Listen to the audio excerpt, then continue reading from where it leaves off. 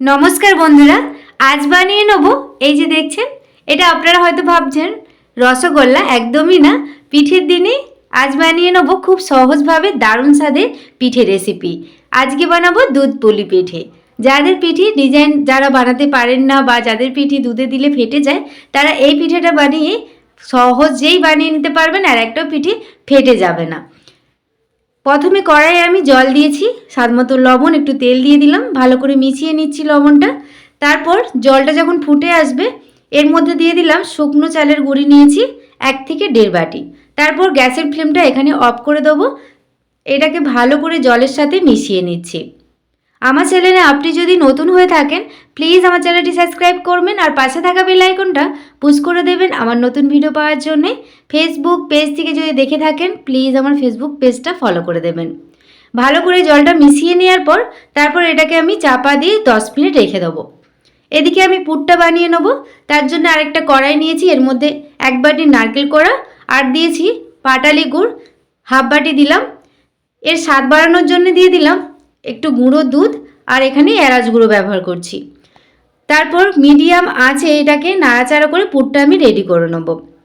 রেসিপিটি ভালো লাগলে প্লিজ একটা লাইক, কমেন্ট, শেয়ার করে দেবেন। পৌষ সংক্রান্তির সবাইকে জানাই অনেক অনেক শুভেচ্ছা। নাড়াচাড়া করে যখন এরকম নারকেল থেকে একটু জল বেরিয়ে যাবে এটাকেও আমি নাড়াচাড়া করে শুকনো করে নেব। একটু দলাভাব এসে গেলে এবার পুরটাকে আমি নামিয়ে ঠান্ডা হতে দেবো। এদিকে 10 মিনিট হয়ে যাওয়ার পর চাপা খুলে দিলাম। একটু গরম অবস্থাতে হাত দিয়ে ভালো করে দোলে দোলে একটা ডো বানিয়ে নেব। একটু গরম অবস্থায় এই ডোটা ভালো করে দোলে নিতে হবে, তাহলে সুন্দরভাবে ডোটা তৈরি হবে আর পিঠে বানাতেও সুবিধা হবে। দেখুন ডোটা ভালো করে আমি দোলে নিয়েছি আর ডোটা আমার হয়ে গেছে। ওখান থেকে ছোট ছোট করে লেচি করে নিলাম। এইভাবে প্রথমে গোল করে নিয়ে খুঁড়ি বানিয়ে নেব। বুড়ো আঙুল দিয়ে চেপে চেপে হালকা হাতে এই খুঁড়িটা প্রথমে আমি বানিয়ে নেব। তারপর পুর দিয়ে দেবো। পুরটা অল্প একটু দিতে হবে, নইলে কিন্তু ফেটে যাবে। তারপর মুখটাকে ভালো করে বন্ধ করে দেবো, যেরকম আমরা লেচির মধ্যে আলুর পুর ভরি সেইভাবে। তারপরে এরকম হালকা করে গাটাকে চিকন করে এইভাবে বল বানিয়ে নেব। দেখুন একদমই সহজ আর খুব কম টাইমে হয়ে যায়। আবার একটা আমি আপনাদের সুবিধার্থে বানিয়ে দেখাচ্ছি। একইভাবে খুঁড়ি বানিয়ে নিচ্ছি।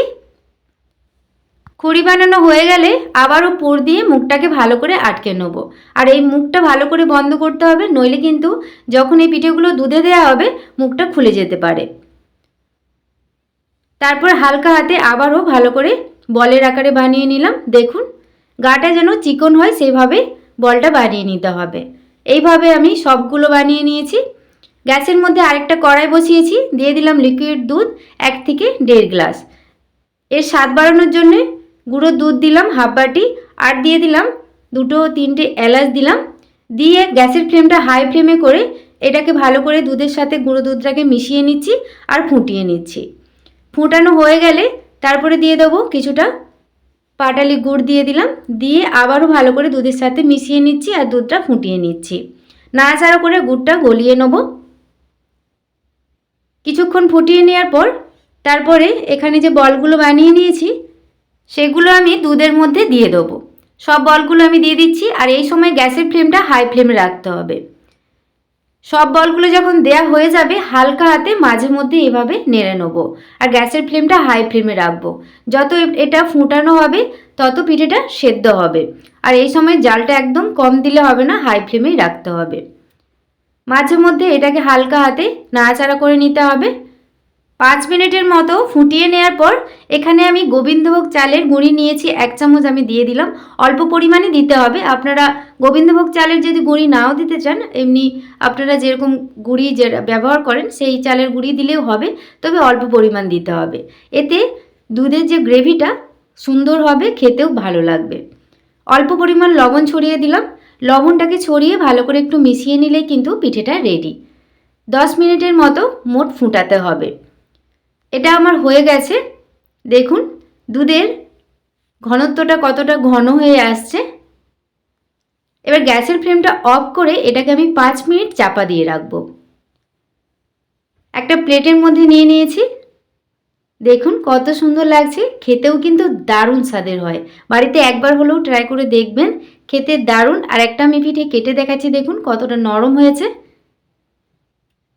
আজকের এই রেসিপিটি আপনাদের যদি ভালো লাগে প্লিজ একটি লাইক, কমেন্ট, শেয়ার করে দেবেন। সবাই খুব ভালো থাকবেন। ধন্যবাদ।